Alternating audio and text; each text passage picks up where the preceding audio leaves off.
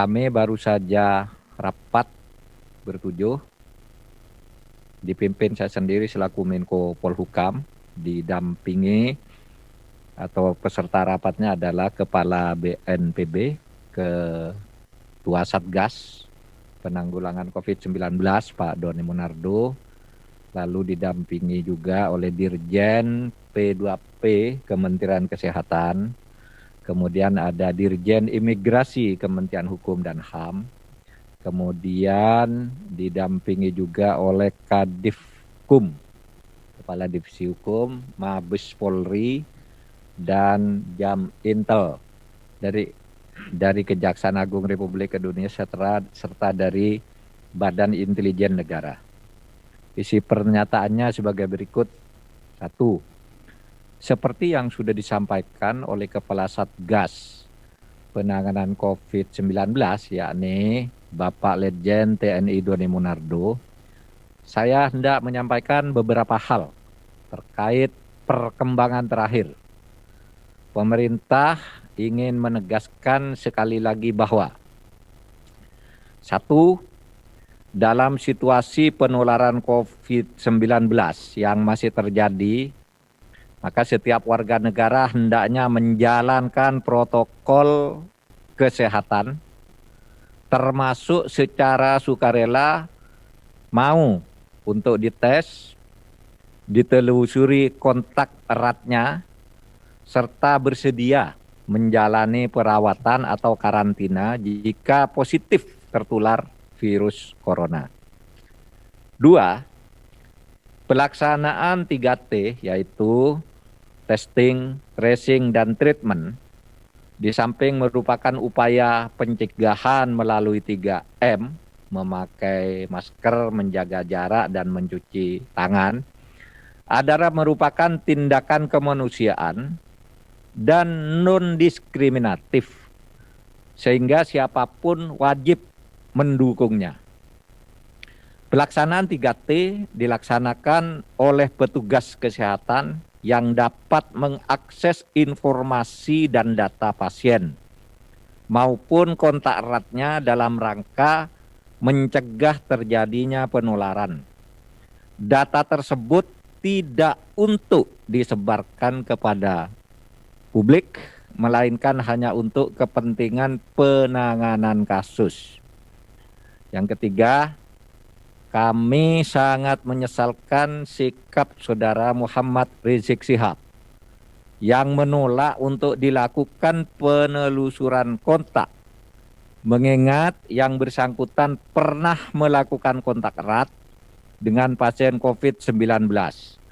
Kami meminta sekali lagi kepada masyarakat luas, siapapun itu, untuk kooperatif sehingga penanganan COVID-19 berhasil. 4. Pemerintah akan melakukan langkah dan tindakan tegas bagi siapapun yang melanggar ketentuan yang membahayakan keselamatan dan kesehatan masyarakat. Nah, terkait dengan itu, maka pemerintah juga menegaskan akan terus dilakukan proses-proses hukum sesuai dengan hukum yang berlaku demi kebaikan bersama dan dalam rangka tugas negara atau tugas pemerintah untuk melaksanakan upaya pencapaian tujuan negara. Berdasarkan Undang-Undang Nomor 36 Tahun 2009 tentang kesehatan, memang ada ketentuan hak pasien untuk tidak membuka atau untuk meminta agar catatan kesehatannya itu tidak dibuka. Artinya itu dilindungi. Setiap pasien berhak untuk meminta agar rekod kesehatannya tidak dibuka kepada umum. Itu berdasar Undang-Undang Nomor 36 Tahun 2009. Tetapi di sini berlaku dalil lex specialis derogat legi generalis. Bahwa kalau ada hukum khusus, maka ketentuan yang umum seperti itu bisa disimpangi atau tidak harus diberlakukan. Ada ketentuan khusus bahwa dalam keadaan tertentu menurut Undang-Undang Nomor 29 Tahun 2004 tentang praktik kesehatan dan menurut Undang-Undang Nomor 4 Tahun 1984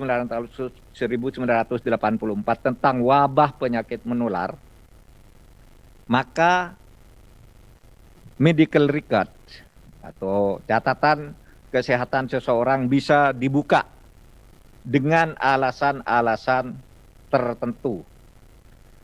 Bahkan juga siapa yang menghalang-halangi petugas untuk melakukan upaya menyelamatkan masyarakat,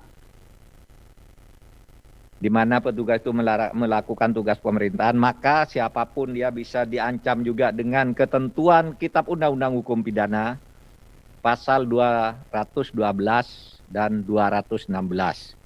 Jadi ada perangkat hukum di sini yang bisa diambil oleh pemerintah.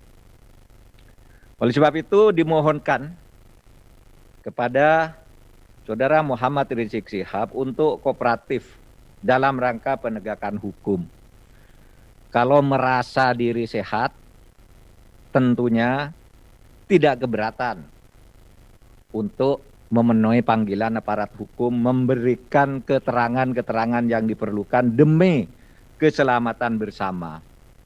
Karena seumpama pun merasa diri sehat, tidak akan menulari orang lain, bisa saja karena beliau adalah tokoh yang selalu menjadi kerumunan, bisa saja beliau terancam ditulari oleh orang lain karena kontak erat dengan orang-orang banyak yang secara teknis kesehatan itu sangat membahayakan bagi penularan COVID-19. Khusus untuk rumah sakit UME dan Mercy itu juga akan dimintai keterangan. Dimintai keterangan itu mungkin hanya perlu data-data teknis gitu. Tidak mesti kalau dimintai keterangan itu sudah dinyatakan bersalah. Mungkin hanya dimintai keterangan jam berapa datang, apa yang diperlihatkan, bagaimana, siapa saja yang masuk dan sebagainya. Jadi tidak harus dianggap dia telah melanggar undang-undang, tetapi dimintai keterangan itu harus datang, harus kooperatif. Meskipun berdasar catatan, Mercy itu tidak mempunyai laboratorium dan tidak terdaftar dalam jaringan yang memiliki kewenangan untuk melakukan tes. Sekian, tidak ada tanya jawab. Terima kasih. Assalamualaikum warahmatullahi wabarakatuh.